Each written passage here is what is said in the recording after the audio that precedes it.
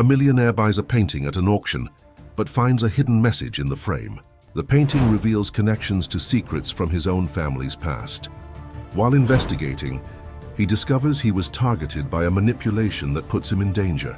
Now he must unravel the mystery while protecting his daughter from dark forces. The ballroom of the Copacabana Palace Hotel shimmered under the light of crystal chandeliers on that June evening. Richard Montgomery, at 45, adjusted his Italian silk tie as he observed the bustling crowd of New York's elite gathering for the traditional charity auction of the Art for All Foundation. As the president of one of the largest construction companies in the country, his presence was more than expected. It was essential. "Daddy, you promised you wouldn't take long," whispered Sophia, his 19-year-old daughter, arching an eyebrow, with that look that always made him smile. She had inherited the same sharp expression from her late mother, Helen. "Just a few more minutes, darling." "You know how important these events are for the company," Richard replied, running his hand through the graying hair at his temples, the only hint of his age on an otherwise youthful face. The auctioneer, a distinguished man with a commanding voice, began presenting the items. Works by renowned artists paraded across the makeshift stage, eliciting gasps and increasingly higher bids from the audience. Richard watched with moderate interest, more out of professional habit than genuine engagement. Then it appeared, a relatively small painting with a richly ornate golden frame. Something about it made him sit up straighter in his chair. It wasn't particularly striking, a bucolic scene of a colonial mansion surrounded by well-tended gardens, but there was something familiar in the composition that made his heart race. "Opening bid of $50,000, announced the auctioneer with less enthusiasm than he had shown for the previous pieces. Sophia noticed the change in her father's posture. "What is it? Do you know this painting?" Richard furrowed his brow, trying to grasp a memory that seemed to slip through his fingers. "Not exactly, but it reminds me of something." When no one stepped forward to bid, Richard surprised everyone, including himself, by raising his paddle with his number. $50,000 to number 47, called the auctioneer. "Any other bids?" The silence that followed was broken only by the gavel hitting the table. "Sold to number 47. Sophia looked at her father with curiosity. "Since when are you interested in colonial art?" "I'm not," Richard replied, still puzzled by his own impulsiveness. "But there's something about this painting." After the auction ended, as the guests dispersed for the cocktail reception, Richard approached the painting to examine it more closely. The signature in the lower right corner was partially faded but still legible, A. Silver, 1962. "Excellent choice, Mr. Montgomery," said a voice behind him. Turning around, he was met by Claire Rogers, the event organizer, an elegant middle-aged woman. "This is a very special piece." "Why do you say that?" asked Richard, noticing a peculiar gleam in her eyes. "Well, every work of art has its story," replied Claire, with an enigmatic smile. "This one, in particular, belonged to one of the most traditional families in New York. It was donated anonymously to the auction." Richard felt an inexplicable shiver. "Donated anonymously? Isn't that a bit unusual for a work of art?" "Not as much as you might think," Claire shrugged, but there was something in her tone that suggested she knew more than she was letting on. People have their reasons for staying anonymous.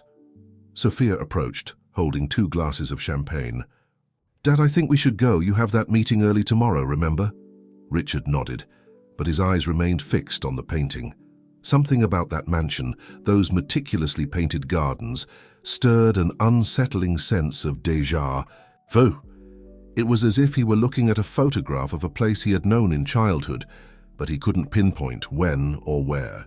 "I'll arrange for the piece to be delivered to your residence tomorrow morning," Claire informed him, handing him a receipt. As they left the hotel, Richard couldn't shake the feeling that this impulsive purchase would be more than just a simple addition to his modest art collection.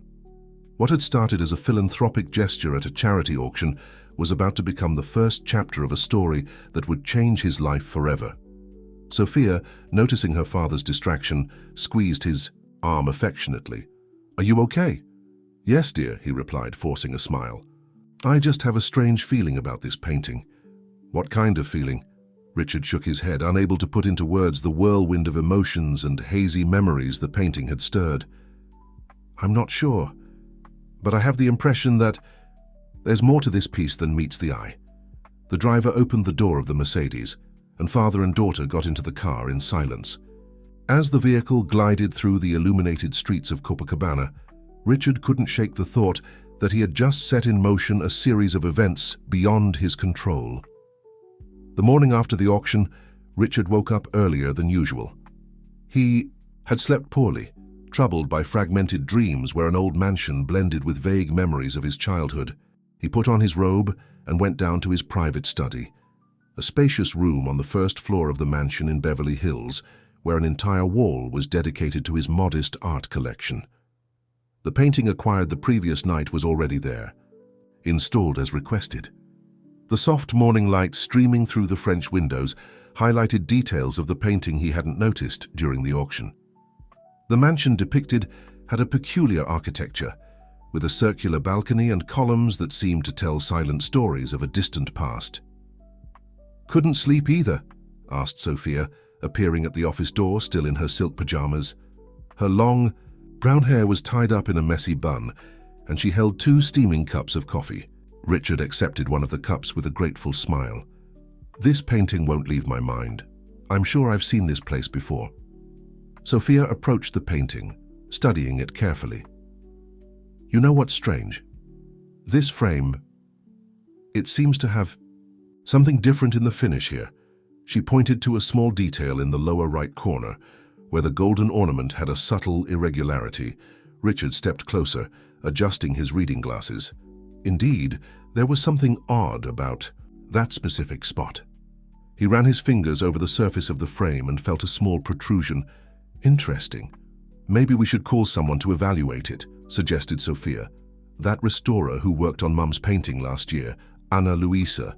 She's very competent." Richard nodded, remembering the professional who had done an excellent job restoring an old canvas of Helen. Ana Luisa Campos had an impeccable reputation in the New York art market, known for her discretion and expertise. While they waited for the restorer, who agreed to visit that very morning, Richard cancelled his early appointments for the day and began researching the artist of the work. A. Silva turned out to be August Silva, a little-known artist from the 1960s, specialized in portraying historic Brazilian properties. "Dad, look at this," called Sophia, who was also researching on her tablet. Apparently, August Silva had a peculiar technique of including hidden elements in his works. According to this article, he was known for hiding messages and symbols in his paintings. Before they could delve deeper into the research, the doorbell rang. Ana Luisa arrived promptly, carrying her case of tools. She was a woman of about 50, with a serene and professional demeanor, dressed elegantly but discreetly. "Good morning, Mr. Montgomery, Sophia," she greeted, heading straight to the painting. "A lovely acquisition. August Silva, isn't it? He has quite a distinctive style." With precise and methodical gestures, Ana Luisa began to examine the artwork, first with a high-precision magnifying glass, then with a small UV flashlight. When she reached the area of the frame that Sophia had noticed, her expression changed, subtly. "Interesting," she murmured, pulling from her case an instrument that looked like some kind of micro-camera. "There's an anomaly in the frame structure at this point. It seems intentional." Richard and Sophia watched intently as Ana Luisa carefully manipulated the suspicious area. With a soft click, a tiny compartment opened in the frame, revealing a folded, yellowed piece of paper. "Extraordinary," said Ana Luisa, using delicate tweezers to remove the paper. "In all my years of restoration, I've never seen anything like this in a frame from this era." With trembling hands, Richard carefully took the paper. As he unfolded it, he was met with a series of symbols and numbers arranged in a seemingly random pattern. At the top of the paper, there was a single handwritten phrase, "The key is where the sun touches the garden at 6. "Is this a coded message?" asked Sophia, her eyes sparkling with excitement. Ana Luisa examined the paper with professional interest. Judging by the paper's deterioration and the type of ink, this must have been written around the same time the painting was created. Richard felt a chill run down his spine as he recognized something in the symbols. This sequence, it feels familiar somehow. How so, Dad? I can't explain it, he replied, running his hand through his hair in a nervous gesture. But I'm almost certain I've seen something like this before, maybe in some document of my father's. Ana Luisa methodically put away her tools. Mr. Montgomery, if I may suggest, I know an expert in historical cryptography. He's a professor at PUC and has worked on similar cases of encoded documents from the colonial period. Richard nodded, but his mind was elsewhere. The discovery of that paper had stirred something in his memories, a connection he couldn't explain. Why would his father, a pragmatic businessman in the construction industry, have any connection to coded messages in antique paintings? Sophia, noticing her father's unease, placed a hand on his shoulder. Dad, are you okay? I'm fine, he replied, forcing a smile. Just thinking about how a seemingly simple purchase at a charity auction could turn into something so intriguing. What none of them could have imagined at that moment was that this discovery was only the first step in a journey that would reveal long-buried secrets, not just about the painting, but about the Montgomery family itself. That same afternoon, Richard's office turned into an impromptu investigation center. Professor Marcus Vieira, a specialist in historical cryptography recommended by Ana Luisa, carefully examined the message found in the frame. He was a man in his 60s, with thick-framed glasses and the absent-minded air of an academic. Fascinating, he murmured, running his fingers over the yellowed paper. This is a coding system dating back to the Brazilian colonial period. See how the symbols repeat in a specific pattern. Sophia, who hadn't left the spot since the discovery that morning, leaned over the table. And what does the key is where the sun touches the garden at 6 mean? Probably a reference to a specific location, replied the professor, adjusting his glasses. The interesting thing is that this type of encoded message was common among members of secret societies in the 19th century, especially those linked to influential families of the empire.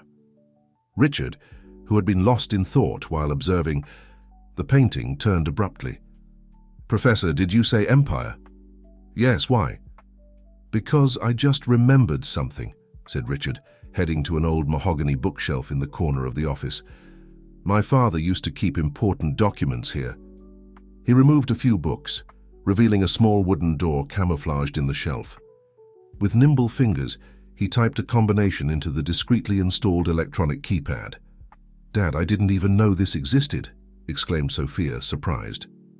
Your grandfather was a cautious man, replied Richard, pulling a box of documents from the compartment. And now I understand why. Inside the box, among yellowed papers and old photographs, Richard found a leather-bound journal. On the first page, the date 1985. It was the unmistakable handwriting of his father, Robert Montgomery. Look at this, said Richard, his voice trembling slightly as he read a passage. The Imperial Garden Society has kept its secrets for generations. As the designated guardian, I must protect the legacy entrusted to us. The silver painting is just one of the keys. Professor Vieira adjusted his glasses, visibly intrigued. The Imperial Garden Society. I've heard rumors about it. Supposedly, it was a select group of families who held compromising information about financial transactions from the imperial period. Sophia picked up one of the photographs that had fallen out of the diary. In it, a young man, whom she recognized as her grandfather, was standing in front of a mansion that looked strangely familiar. Dad, look, it's the same mansion from the painting.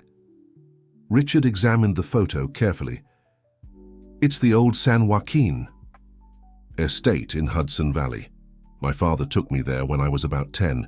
I remember he spent hours talking to an elderly gentleman while I played in the gardens.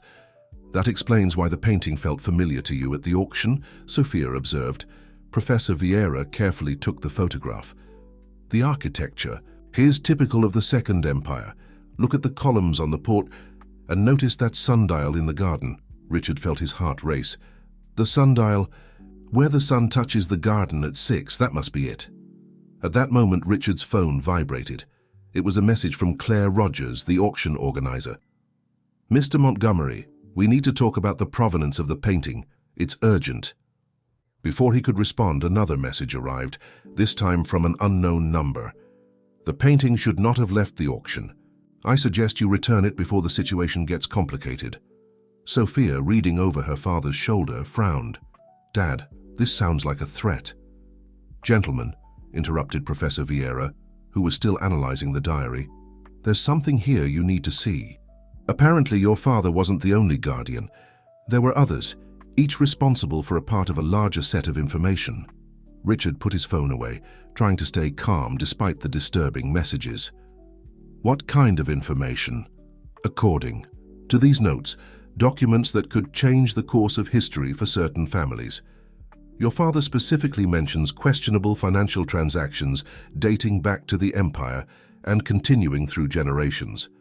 Sophia picked up another document from the box, a newspaper clipping from 1990. The headline talked about an art exhibition that had been mysteriously cancelled, where works by August Silva were supposed to be the highlight. Professor, she called out, it says here that all the works from that exhibition disappeared the night before the opening. And look who the curator was, Anthony Silva Jr., the artist's son. Richard picked up the clipping, recognizing a name among the exhibition's sponsors. Montgomery Constructions, his father's company. This can't be a coincidence, he murmured. My father was somehow involved with these works, with these secrets, and now 30 years later, one of these paintings reappears at an auction where I happened to be present. Professor Vieira began, packing up his notes. Mr. Montgomery, I suggest we be very cautious with this information. Stories involving secret societies and compromising documents often have dangerous ramifications. Richard nodded, thinking about the threatening messages he had just received. Sophia, I want you to stay at Aunt Beatrice's house for a few days. No way, she protested. I'm not leaving you alone in the middle of this. Besides, I'm already in too deep. Professor Vieira cleared his throat, catching their attention. If I may suggest, I think we should visit the San Joaquin estate. If there's really something hidden in that sundial, we need to find it before others do. Richard looked out the window, watching the sun begin to set. The long shadows in the garden reminded him of those he had seen as a child on that distant afternoon in Hudson Valley. Now, 3 decades later, those same shadows seemed to hold secrets that could change everything he thought he knew about his family. The trip to Hudson Valley began at dawn the next day. Richard insisted on driving his own car, refusing the usual chauffeur. In the passenger seat, Sophia was consulting her grandfather's diary, while Professor Vieira, in the back seat, continued his analysis of the coded message. The typical mountain fog enveloped the road in an ethereal cloak, creating an almost surreal atmosphere. Richard couldn't help but notice how the weather perfectly matched the mystery they were trying to unravel. Dad, I found something interesting here, said Sophia, marking a page in the diary. Grandpa wrote about a meeting at the estate in 1985. He mentioned someone named Joaquim Silva, who would be the uncle of the artist who painted our painting. Silva, that last name keeps coming up, murmured Professor Vieira, looking up from his notes. According to my research, the Silva family played an important role in the development of the Coffee Valley in the 19th century. After 2 hours of driving, they left the main road, following a well-maintained dirt path. A discreet sign read, San Joaquin Estate, private property. Nothing has changed, whispered Richard, recognizing the wrought iron gate that guarded the entrance to the property. Beside her, Sophia let out a gasp of surprise as the mansion emerged among the ancient trees. It looked exactly like the painting. They parked in front of the main house, where they were greeted by an elegant lady with graying hair. Welcome, I'm Beatrice Silva, she introduced herself with a warm smile. Claire Rogers told me you'd be coming. Richard furrowed his brow, surprised by the mention of the auction organizer's name. You know Claire? Oh yes, replied Beatrice, guiding them to the porch. In fact, it was she who suggested I keep the estate open for historical tours. But please, come in. Coffee is served in the living room. The interior of the mansion was a journey through time. Period furniture, antique portraits, and decorative objects told the story of generations. Sophia couldn't help but notice that several paintings on the walls had the same style as the one they had bought at the auction. "All painted by my Uncle August," explained Beatrice, noticing the young woman's interest. "He had a special love for this estate." In the living room, a full colonial-style coffee spread was laid out on a jacaranda wood table. As they settled in, Richard noticed a particular portrait that caught his attention. It showed a group of men in formal attire, among them his father, much younger. "Ah, the last meeting of the society," said Beatrice, following Richard's gaze. "Your father was an admirable man, Mr. Montgomery, a true guardian." "Mrs. Silver," interjected Professor Vieira, "could you tell us more about this society?" Beatrice poured the coffee before answering, her movements deliberately slow. "The Imperial Garden Society was created to protect certain historical records, documents that, in the wrong hands, could cause great upheaval in traditional families." "And your uncle's paintings?" asked Sophia. "What was their connection to these documents?" An enigmatic smile appeared on Beatrice's lips. "My uncle, August, was a brilliant man. He developed a unique system for preserving information through his art. Each painting contains clues that, when combined, reveal the location of something very important." Richard set his cup down on the table with a bit more force than necessary. "And why did this specific painting appear at that auction?" "Not everyone agrees that certain secrets should remain buried," replied Beatrice, her tone growing more serious. "There are people who would prefer to use that information for their own benefit. The reappearance of this painting was no accident, Mr. Montgomery. It was a move in a very old game." Professor Vieira cleared his throat, adjusting his glasses. "The message we found mentions the sundial. Does it still exist?" "Of course," replied Beatrice, standing up. "It's been in the same place for over a century. Would you like to see it?" The group followed their hostess through a hallway leading to the back of the house. The garden was magnificent, with geometrically designed flower beds and a central fountain. And there it was, the sundial, exactly as it appeared in the old photograph. "At 6 o'clock, murmured Richard, recalling the message. "Precisely," agreed Beatrice. "But I suggest we wait for the right moment. It's only 2 hours until 6 in the evening. In the meantime, there's something you need to know about Claire Rogers and the real reason that painting ended up at the auction." Sophia, who had been examining the garden, quickly turned her attention to Beatrice. "What do you mean?" "Claire isn't just an event planner," explained Beatrice, her voice dropping to almost a whisper. "She's the granddaughter of Anthony Silver Jr., the son of my Uncle August, and she has her own reasons for wanting this specific painting to end up in her father's hands, Mr. Montgomery." Richard felt a shiver run down his spine. The pieces of the puzzle were starting to come together, but the picture they formed was far more complex and unsettling than he could have imagined. The sun was beginning its descent on the horizon, and with it came the promise that in 2 hours, more secrets would come to light. The group settled on the back porch of the estate, watching the garden as Beatrice served more coffee. The afternoon air was thick with anticipation, and the shadows slowly stretched across the well-kept lawn. "Claire has always known about the existence of these paintings," began Beatrice, her eyes fixed on the cup in front of her. "But what she's really after isn't the artworks themselves. It's what they might reveal about her grandfather Anthony." "And what would that be?" asked Richard, leaning forward in his chair. Beatrice sighed deeply before continuing.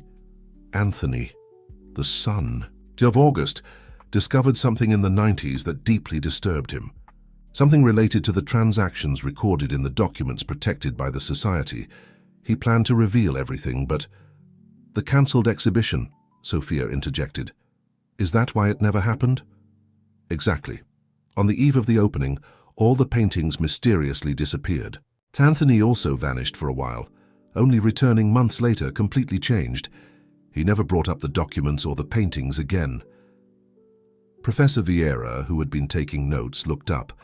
"And Claire believes these documents could clear her grandfather's name?" "Not just that," Beatrice replied.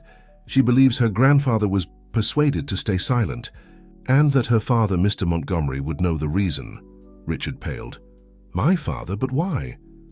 "Robert Montgomery was the society's primary guardian at the time. If anyone knew what really happened to Anthony, it would be him. Sophia consulted her grandfather's diary again. There's no direct mention of Anthony Silva Jr. here, but several pages have been torn out. Your father was meticulous about protecting sensitive information, Beatrice explained. But there's something Claire doesn't know. August Silva didn't rely solely on written documents.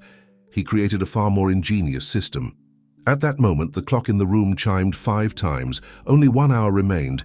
The paintings, Beatrice continued, are part of a map. Each one contains specific coordinates and coded instructions. When combined in the correct sequence, they reveal the location of a vault. And what's in that vault? Richard asked. The truth about several prominent families in Brazil. Records of questionable transactions, secret agreements, financial manipulations that spanned generations, but also something more personal, letters that Anthony Silva Jr. wrote, explaining his discoveries and the reasons for his sudden silence. Professor Vieira stood up, walking to the balcony railing. And the sundial? It's the first key, replied Beatrice. At 6 o'clock, the shadow of the gnomon points to something that will lead us to the next step. The following minutes passed, slowly, with the group observing the movement of the sun and its shadows across the garden. Sophia took the opportunity to discreetly photograph some details of the place, including other paintings by August Silva hanging on the walls. At 5:55 p.m., Beatrice led them to the sundial. Watch carefully, she instructed. The secret isn't just in the shadow, but in what it reveals.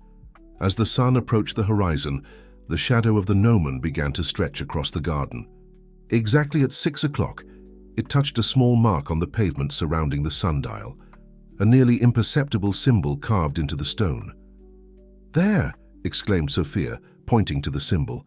It was identical to one that appeared in the coded message found in the painting. Professor Vieira quickly consulted his notes. This symbol, according to the code, it represents beginning or origin. Beatrice knelt by the mark, pressing it lightly. With a soft click, a small section of the pavement shifted, revealing a hidden compartment. Inside was a metal box, no larger than a book. This box belonged to Anthony, explained Beatrice, handing it to Richard. He left it here the last time. He visited the estate shortly before his temporary disappearance. With trembling hands, Richard opened the box. Inside, he found a yellowed envelope addressed to Robert Montgomery and a small black-covered notebook. Don't open the envelope yet, Beatrice quickly warned. There are people who wouldn't want its contents to come to light. The same group that forced Anthony into silence is still active. And why help me then? Richard questioned. Why take the risk? Beatrice smiled sadly. Because it's long past time for the truth to come out. And because I promised your father that, when the time came, I would help his son complete the puzzle. At that moment, the sound of an approaching car caught the group's attention. Beatrice tensed up. Quick, hide everything. We have unexpected visitors. Sophia looked through the trees and recognized the car coming closer. Dad, it's Claire Rogers' car. She shouldn't be here right now, Beatrice murmured, her expression worried. Mr. Montgomery, there's an exit through the back of the garden. I suggest you use it immediately. I'll handle Claire. Richard hesitated, gripping the box tightly. But what about you? Don't worry about me. Claire isn't the only one who knows how to play this game. Go. And remember, the next clue is at the Imperial Museum. Look for View of the Hudson Valley, also by August Silva. It contains the next part of the map. The path through the back. Garden of the San Joaquin estate, wound through ancient trees and well-trimmed bushes. Richard, Sophia, and Professor Vieira moved quickly, guided by the fading light of dusk. The sound of voices from the main house gradually grew more distant. Sasuka, this way, whispered Richard, recognizing an old iron gate partially covered by vines. I remember this path from my childhood.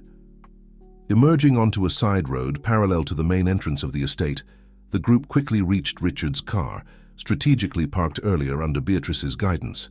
Sophia glanced back one last time, catching a glimpse of the main house's lights through the trees. Will she be okay? She asked, concerned about Beatrice. She will, replied Professor Vieira, adjusting his glasses as he got into the car. That lady seemed more than capable of handling delicate situations. Now on the main road, driving cautiously to avoid drawing attention, Richard finally allowed himself to relax a little. The metal box resting on Sophia's lap seemed to pulse with its still unrevealed secrets. "We can stop at the hotel in Hudson Valley," suggested the professor. "I have a room reserved at the Palace Hotel, and we need to examine those documents carefully." Richard nodded, his hands tightening on the steering wheel. "I agree. I also need to make some calls. There's something about this whole story that isn't adding up." An hour later, in the luxurious lounge of the Copacabana Palace Hotel, the C group settled into a more private area. Professor Vieira spread his notes across a fine wooden table while Sophia carefully opened the metal box. "Look at this," she said, pulling out the black-covered notebook. "These are Anthony Silva Jr.'s notes. The date is 1990, just before the exhibition that never happened." Richard picked up the notebook carefully, beginning to read aloud. "My father's paintings were always more than just simple artworks. August Silva was a man who believed that art should serve a greater purpose than mere contemplation. Each canvas he produced carries a piece of an elaborate map, a puzzle that, when assembled, reveals much more than geographic coordinates. What I discovered in the records of the Imperial Garden Society goes beyond questionable transactions. It's evidence of a complex system of manipulation that extends to the present day. Traditional families, respected companies, influential politicians, all connected by a web of agreements and favors that dates back to the Empire." Sophia interrupted the reading. "Dad, look at these pages. They're detailed records of the Society's meetings." Professor Vieira, who was examining the envelope addressed to Robert Montgomery, furrowed his brow. "Interesting. The letter is sealed with the same symbol we found on the sundial." Richard hesitated for a moment before opening the envelope. Inside, he found a handwritten letter dated September 1990. "Dear Robert, if you're reading this letter, it means the moment I feared has finally arrived. Your suspicions about the system were correct. The Imperial Garden Society was not created merely to protect secrets. It is itself part of a much larger mechanism of control and influence. August's paintings are the key to exposing all of A. Each canvas contains not only coordinates but also encoded records of specific transactions. Your father, before you, already suspected this, but he never had the courage to take the next step. Claire, my granddaughter, must not know everything, yet she's too young to bear this burden. But one day, when she's ready, she'll need to understand why I did what I did. The view of the Hudson Valley at the Imperial Museum is not just another painting, it's the focal point. August painted it last, and within it, he hid the key to deciphering all the others. But be careful, there are others searching for these answers, people who prefer certain secrets to remain buried. Stay vigilant. Not all guardians can be trusted. Anthony Silva Jr. That explains Claire's behavior at the auction, murmured Sophia. She must have discovered something about her grandfather and is trying to piece together the story. Professor Vieira picked up the notebook again. There's more here. Anthony mapped out a series of connections between companies and traditional families. Look, Montgomery Constructions appears multiple times linked to specific projects during the 1980s. Richard ran his hand through his hair, visibly disturbed. My father never mentioned any of this. I always thought the company had grown solely on its own merits. And it probably did, pondered the professor. But these notes suggest there was a larger system at work, benefiting certain families at the expense of others. Sophia, who had been examining more documents from the box, let out an exclamation. Dad, look at this, a photo of Grandpa with Anthony Silva Jr. And there's a note on the back. Last meeting before the decision, 1990. At that moment, Richard's phone vibrated. It was a message from Beatrice. Claire left the estate. She wasn't alone. Be careful who you trust. Find the painting at the museum as soon as possible. Professor Vieira began packing up the documents. We need to be faster than them. The Imperial Museum opens at 10 a.m. tomorrow. No, said Richard, tucking the letter into his jacket's inner pocket. We're going now. I have a friend on the museum's board of directors who owes us a few favors. It's time to collect. Sophia smiled, recognizing in her father the same determination she saw in the photos of her grandfather. And after that? After that, replied Richard, grabbing the car keys, we're going to find out exactly what kind of secrets the Imperial Garden Society has been protecting for so long. The Imperial Museum in Hudson Valley emanated a majestic aura under the nightlight. The impeccably maintained gardens and the neoclassical facade seemed even more imposing in the silence of the night. Richard, Sophia, and Professor Vieira waited in the car, discreetly parked near the museum's side entrance. "Dr. Alvaro is late," murmured Richard, checking his watch for the third time in 5 minutes. The friend from the museum's board of directors had agreed to meet them after much insistence. "Dad, are you sure we can trust him?" asked Sophia, recalling Beatrice's warning about trust. "Alvaro and I studied together at St. Benedict's School. He owes a lot to our family," replied Richard, pausing as he saw a middle-aged man approaching. Quickly. Dr. Alvaro Mendez had been the museum's conservation director for over 2 decades. His usually serene face was marked by a look of concern as he opened the side door, gesturing for them to enter quickly. "You have 1 hour," he whispered, guiding them through silent hallways. "The security shift change happens at midnight. It's the safest moment."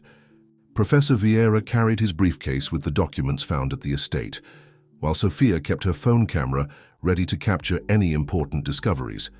The emergency lights cast elongated shadows on the walls, adorned with historical portraits. "The view of the Hudson Valley is in the East Wing," explained Alvaro, his voice echoing slightly in the empty corridor. "But there's something you need to know. Yesterday we had an interesting visit. Representatives from a restoration company wanting to examine this very painting." Richard exchanged a meaningful glance with Sophia. "Let me guess. Claire Rogers was among them?" "No," replied Alvaro, stopping in front of a pair of solid wooden doors. "But they mentioned her company as a consultant. How did you know that?" "It's a long story," said Richard. "The important thing is, did they get to examine the painting?" "No, I denied access, citing conservation protocols, but they're likely to return with official authorization on Monday." The East Wing of the museum housed an impressive collection of landscapes from the imperial period. Professor Vieira immediately located the piece they were looking for, a medium-sized canvas depicting the Hudson Valley at the height of its coffee era.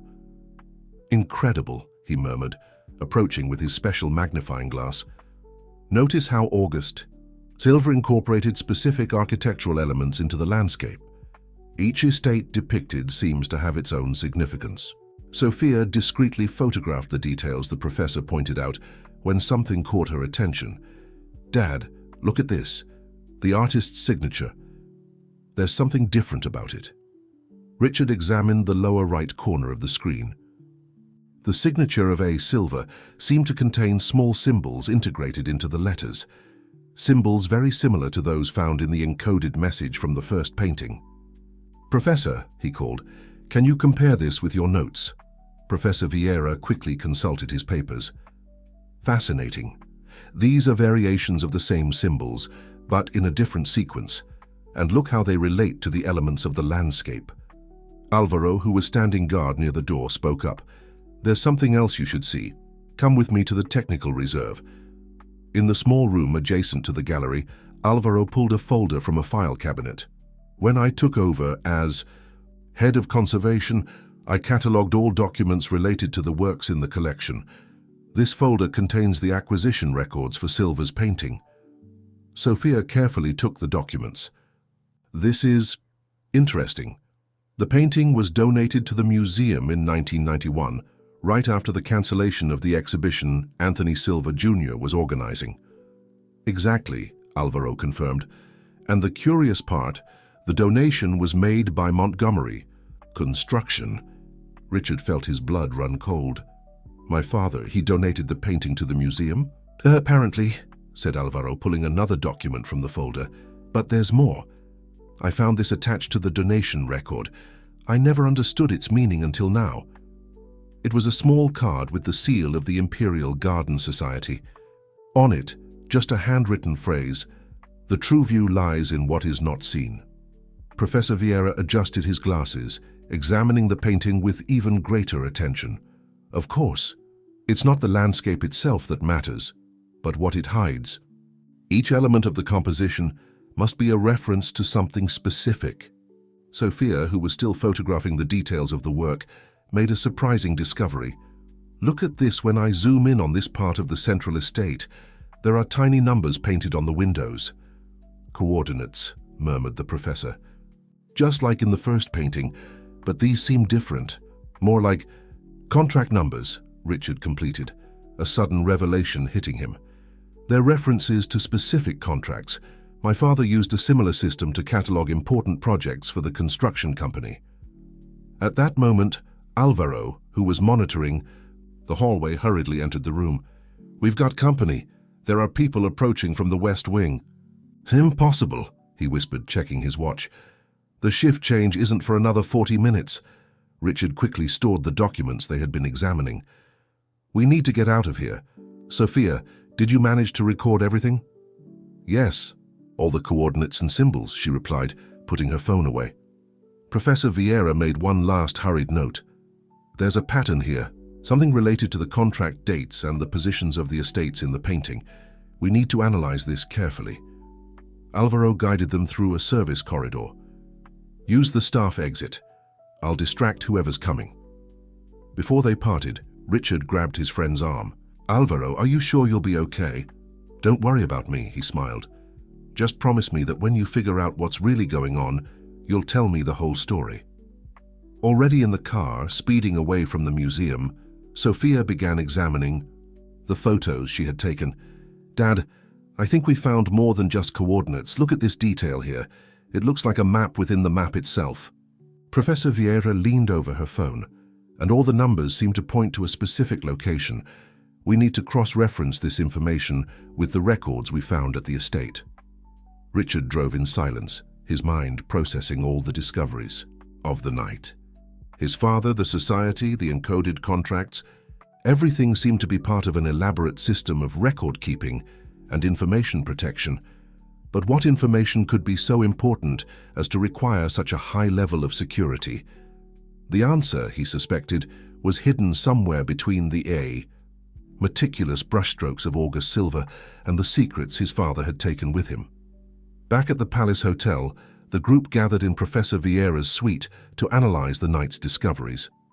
Sophia projected the photos of the painting onto the wall using her laptop, while the professor methodically organized his notes on the coffee table. Look here, said Sophia, zooming in on a specific detail of the canvas. Each estate depicted has a specific number of windows, and all of them follow a peculiar geometric pattern.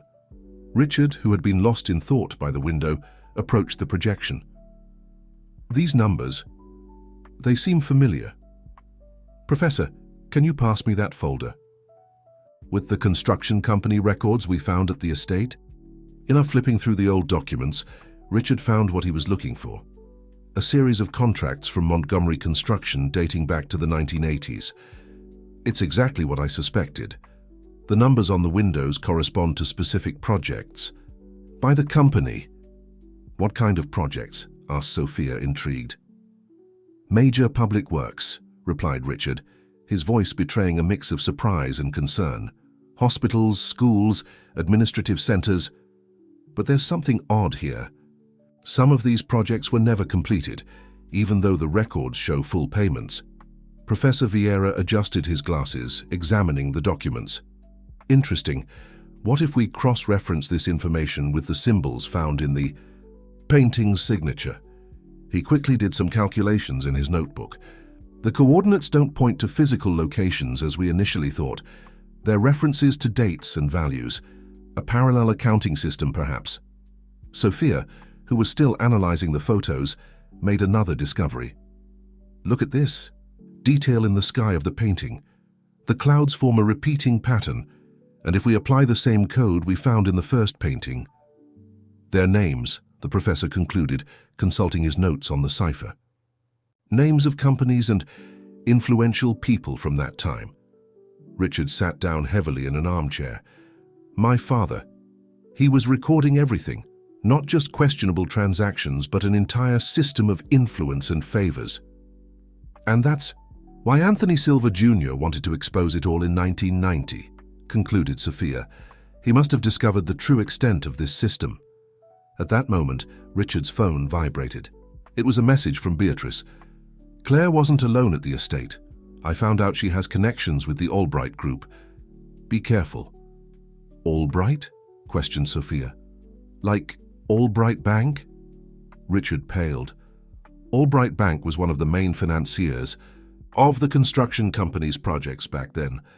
And if I'm not mistaken, he quickly turned back to the documents.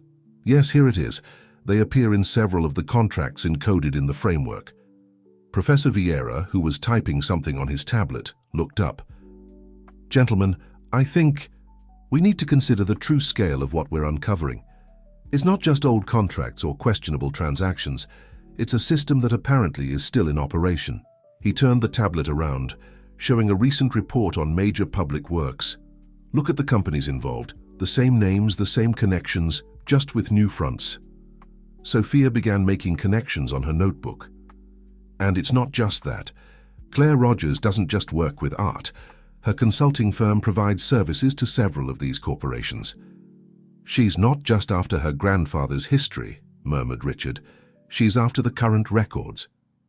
A noise in the hallway made everyone jump. Footsteps were approaching the suite. Were you expecting someone? Whispered Sophia, starting to pack up her equipment. Professor Vieira shook his head negatively, moving silently toward the door. The footsteps stopped right in front of the suite. Richard made a silent gesture to Sophia, pointing to the balcony. She understood immediately, stashing the most important documents in her backpack. The doorknob began to turn slowly. "Room service," announced a female voice. "We didn't order anything," replied Professor Vieira, keeping his voice steady.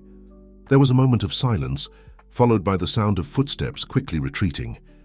Richard let out a breath he hadn't realized he was holding. "We need to get out of here, now." "But where to?" asked Sophia. Professor Vieira was already packing his notes. "I have a house in Tarrytown. It's discreet and safe. We can continue our analysis there." Richard nodded, grabbing his phone. "I'll let Beatrice know. She needs to know that the Albright Group is involved." As they prepared to leave discreetly, Sophia made one last discovery in the photos of the painting. "Dad, Professor, look at this.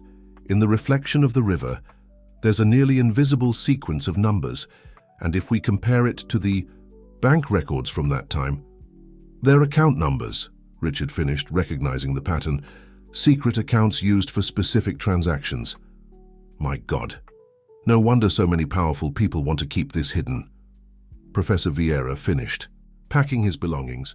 "And now we have to decide, what do we do with all this information?" Richard looked at his daughter, then at the photographs of the painting that revealed so many secrets. "We keep going. My father and Anthony Silver Jr. tried to expose the truth 30 years ago. Now it's our turn to finish what they started." Sophia smiled, recognizing the determination in her father's gaze. "But we need to be smarter than they were. We need to find a way to expose all of this without putting ourselves in the crosshairs of such powerful people." "And I think," said Professor Vieira, "that the next painting might give us exactly what we need for that." Professor Vieira's house in Tarrytown was a discreet building nestled in a lush garden of hydrangeas. Located on a quiet street in the Heights, the property had a welcoming appearance that contrasted with the tension its occupants carried. It was already past 3 in the morning when they finally settled in the professor's study, a cozy room filled with books and antiques. "Look what I found in the digitized archives of the National Library," said Sophia, who had been tirelessly working on her laptop since they arrived. A photo from 1985. It's a news article about the inauguration of the new Albright Bank headquarters. Richard and the professor leaned closer to the screen. The photograph showed a group of businessmen at an elegant cocktail party. Among them stood out Robert Montgomery and Anthony Silver Jr., both much younger, chatting with Edward Albright, the bank's patriarch. "Wait," said Richard, leaning in closer. "That woman next to my father. It can't be." "Helen Albright Montgomery," Professor Vieira completed softly. "Your mother, Sophia." Sophia felt her heart race. "My mother was an Albright. But why was I never told this?" Richard ran his hand through his graying hair, a gesture Sophia recognized as a sign of nervousness. "Your mother. She had distanced herself from the family before we got married. She never wanted to talk about the reasons, and I respected her decision." Professor Vieira rummaged through his folder, pulling out an old newspaper clipping. "This might explain a few things. It's an article from 1988 about an internal dispute at Albright Bank. Helen was slated to take over as president, but she abruptly resigned from her position on the board. That was around the same time she started investigating the bank's operations," murmured Richard, old memories resurfacing. "She would stay up late reviewing documents, taking notes, until one day she discovered something she shouldn't have," Sophia concluded, finally understanding. "And she chose to distance herself from everything." The professor adjusted his glasses, analyzing more documents. And it was no coincidence that 2 years later, Anthony Silva Jr. tried to expose the entire scheme through the exhibition of the paintings. Richard stood up abruptly, heading to one of the shelves. "Professor, there's something I need to show you. In the chaos of leaving the hotel, I didn't get the chance." He pulled out a small notebook, similar to a planner, from the inner pocket of his jacket. "I found this hidden inside the lining of the metal box at the estate." The notebook was filled with Helen Montgomery's delicate handwriting.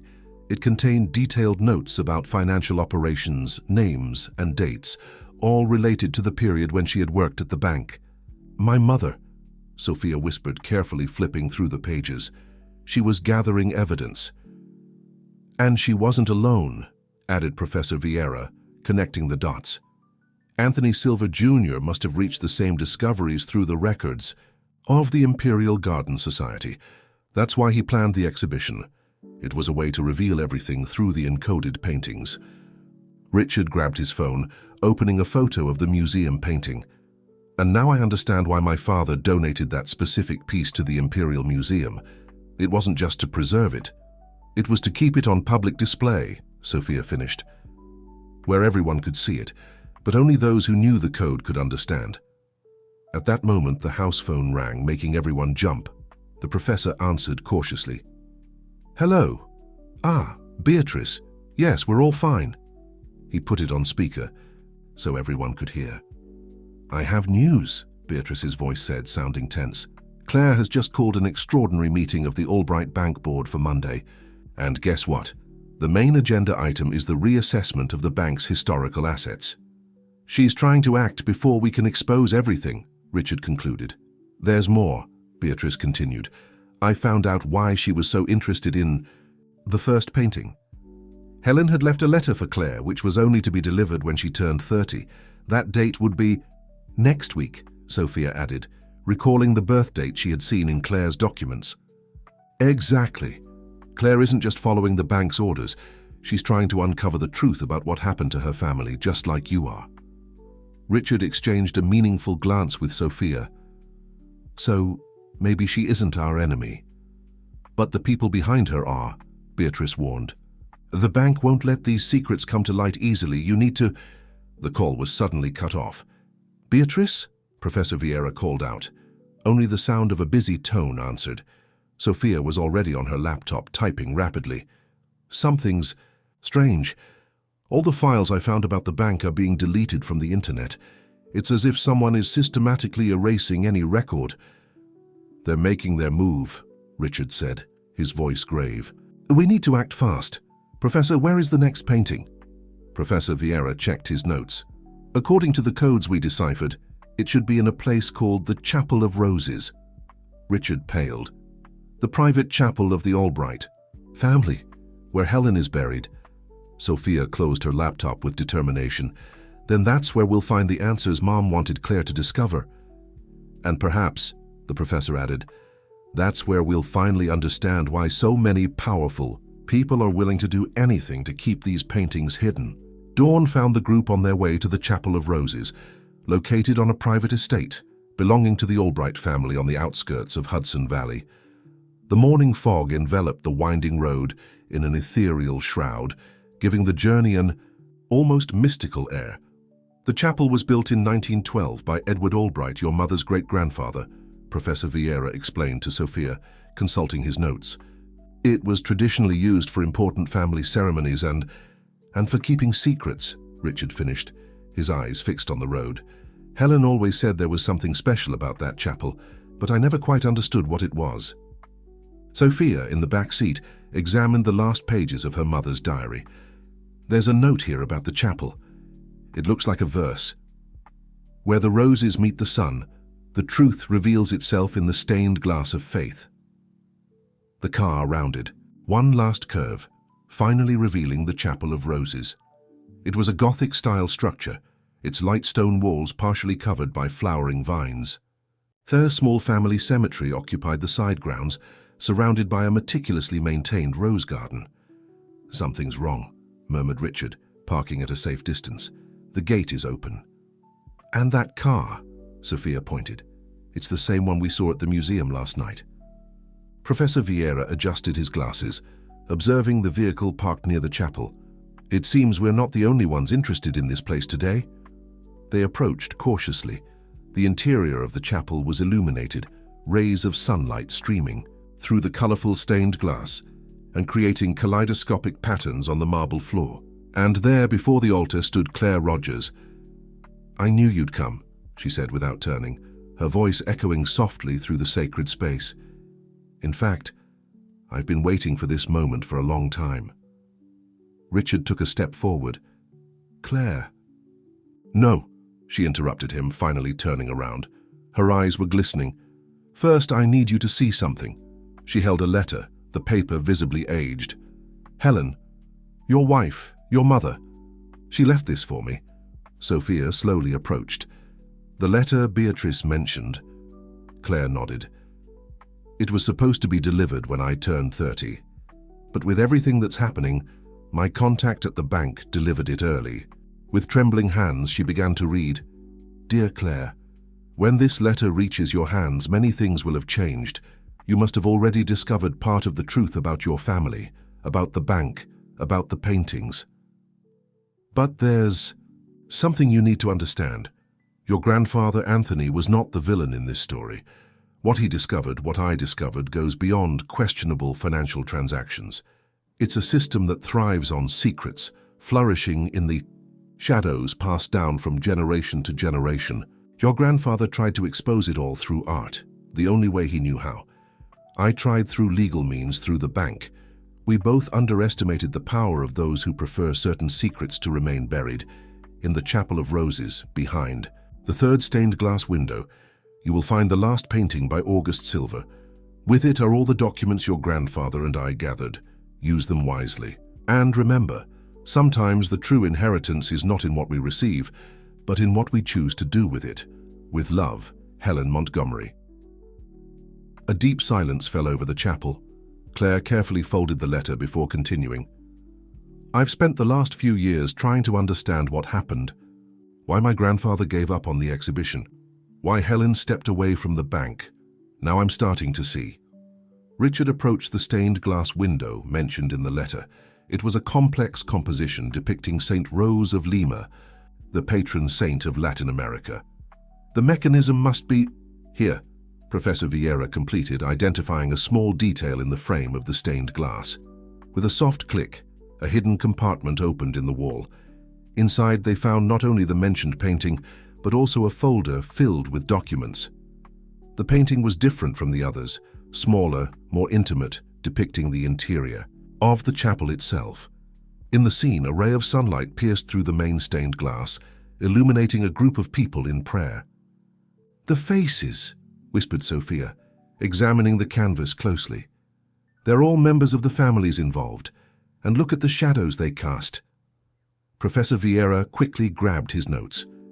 "The shadows form the same symbols we found in the other paintings. It's the final key to the code." Claire carefully opened the folder of documents. Transaction records, secret contracts, letters, everything my grandfather and Helen gathered over the years. Enough evidence to expose the entire scheme. "That's why the bank is so desperate to recover the paintings," concluded Richard. "It's not just about what they reveal, but what they represent. Decades of carefully guarded secrets."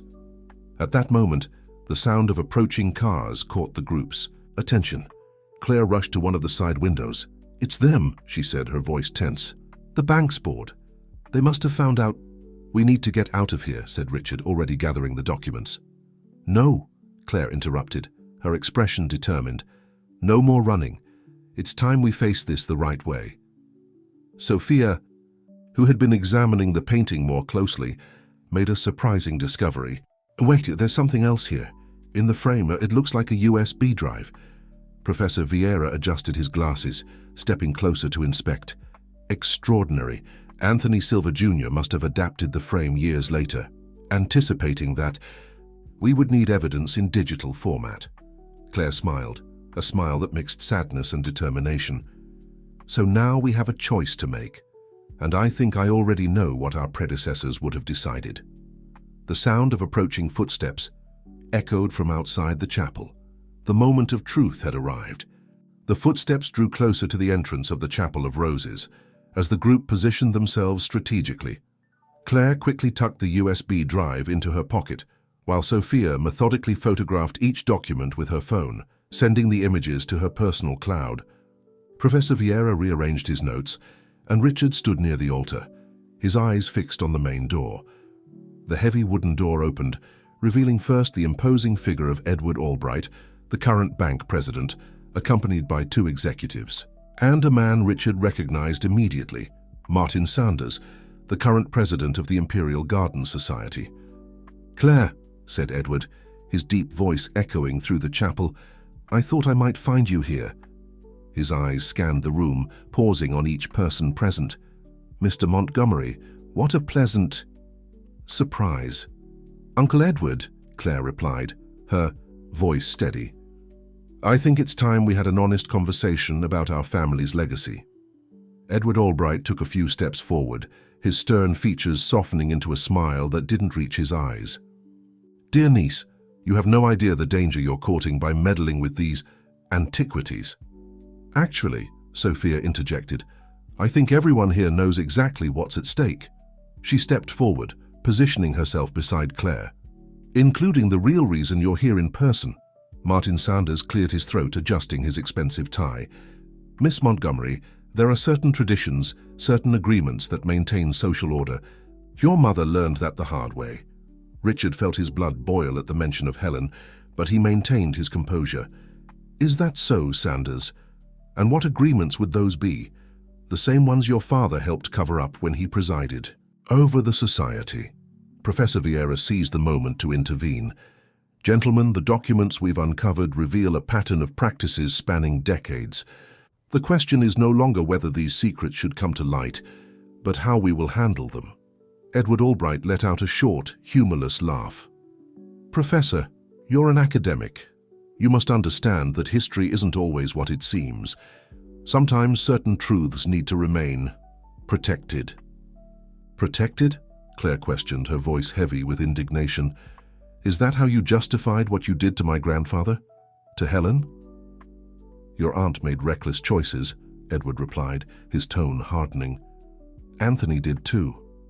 They didn't understand that sometimes silence is the best policy." Sophia, who had been discreetly typing on her phone, looked up. "And how many other families had to make reckless choices to keep your system running, Mr. Albright?" "Enough with the games," Martin Sanders interrupted, his patience visibly wearing thin. "We've come to retrieve the documents and the paintings, all of them. The Imperial Garden Society has legal rights to this material." Richard took a step forward. "Are you sure, Sanders? Because the records we found suggest that the society itself was used as a front for much more complex operations. Operations that continue to this day," added Claire. "Or are you going to deny that the same system of encoded contracts is still in use?" Edward Albright narrowed his eyes, studying the group before him. "You really don't understand, do you? This is bigger than all our families. It's a system that upholds the very structure of—" "Institutionalized corruption?" interrupted Professor Vieira, calmly removing his glasses. "Or the mechanisms of power that allow certain families to remain untouchable." A heavy silence fell over the chapel. The sunlight streaming through the stained glass windows created colorful patterns that danced across the tense expressions of everyone present. "Last chance," said Edward, his voice now icy. "Hand over everything and we can reach an agreement that benefits everyone." Claire stepped forward, positioning herself between her uncle and the group. "No, Uncle Edward. The last chance was 30 years ago when you silenced my grandfather and Helen. Now it's time for the truth." At that moment, the sound of other cars approaching broke the tension in the room. Edward checked his phone, a satisfied smile appearing on his face. "Well, if that's how you prefer it." He gestured to the executives accompanying him. But before they could act, Claire raised her own phone. "You're not the only one who can make calls, Uncle. And some very interesting people are about to join our little family reunion." Sophia, understanding the signal, completed the final upload of the documents. Professor Vieira methodically organized his notes, and Richard smiled, recognizing, in Claire's eyes, the same determination he had so admired in Helen.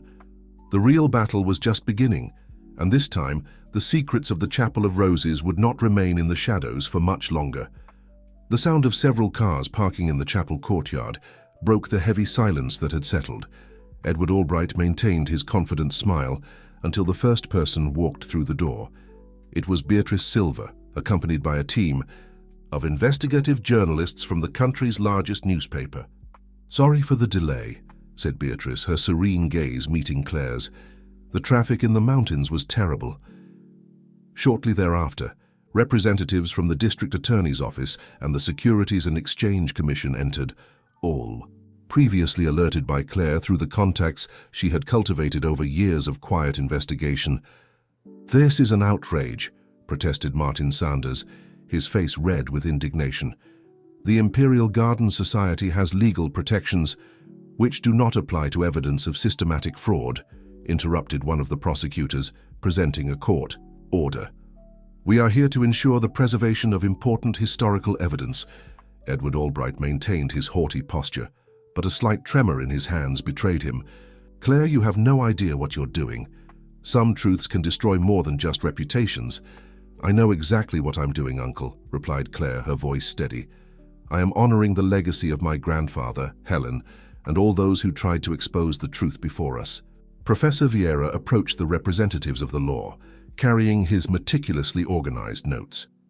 August Silver's paintings are not just works of art. They are a coded historical archive. Each painting contains records of specific transactions, all documented here. Sophia, who had just finished sending the last files, joined him. And it's not just old records. The system continued operating, evolving. The recent contracts follow the same encoding pattern. Richard watched the scene with a mix of emotions. 30 years of secrets were finally coming to light, and with them, the understanding of his father's true role in all of this. "Helen knew this day would come," he said, addressing Edward. "That's why she left clues only Claire could follow. She trusted that her niece would have the courage our generation lacked." Beatrice approached the altar, where August Silver's last painting still rested. This chapel has always been more than a place of prayer. It was a symbol of the power certain families held over others, but today it becomes a symbol of redemption. Journalists documented every moment as the prosecutors began officially collecting documents and evidence. Martin Sanders and the bank executives were discreetly escorted out of the chapel to give statements. Edward Albright, watching his world crumble, made one last attempt. "You don't understand.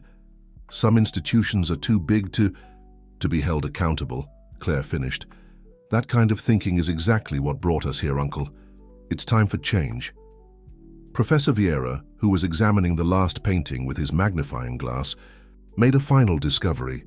"Look, in August's signature, it's not just symbols, it's a message. The truth, like roses, needs light to bloom." Sophia smiled, recognizing the profound wisdom in those words. "And now it will finally have its chance." In the weeks that followed, the story of the encoded paintings and the system they documented dominated the headlines. Albright Bank underwent a deep restructuring, with new controls and transparency. The Imperial Garden Society was officially dissolved, and its historical archives were donated to research institutions. Claire took on the mission of transforming the Chapel of Roses into a museum dedicated to the history of art and financial transparency in Brazil. The paintings of her great-grandfather, August Silver, were finally displayed as he had always wished, not just as works of art, but as witnesses to history. Richard and Sophia strengthened their bond even further through this journey. Montgomery Constructions, under their joint leadership, set new standards of governance and transparency in the industry. Professor Vieira published an extensive study on the painting's encoding system, ensuring that this chapter of Brazilian history would never be forgotten. On a quiet afternoon months later, Claire, Sophia and Richard gathered once again at the Chapel of Roses. The garden was more lush than ever, the roses blooming with renewed vigor. "You know," said Claire, watching the sunset through the stained glass, "I think I finally understand why they chose roses as a symbol. They're like the truth, they have thorns, they require care and dedication, but when they bloom, they transform everything around them," Sophia finished, smiling. Richard gazed at the altar, where a photograph of Helen now held a place of honor. "She would be proud. Of all of us." Professor Vieira, who was still cataloging the historical documents, looked up from his notes. "You know what amazes me the most? How a simple purchase at a charity auction could set all of this in motion." "It wasn't chance," Claire replied, gently touching the frame of her great-grandfather's last painting. "It was destiny, or perhaps just the truth choosing its moment to bloom." The setting sun cast a kaleidoscope of colors through the stained glass onto the group, as if the roses in the garden themselves were blessing that moment. The legacy of the Montgomery, Silver and Albright families had finally been transformed. No longer a burden of secrets, but a testament to the power of truth and the courage to face it. And there, in the quiet of the chapel, among the dancing shadows and the scent of roses, a new story began to be written. A story of transparency, redemption and above all hope.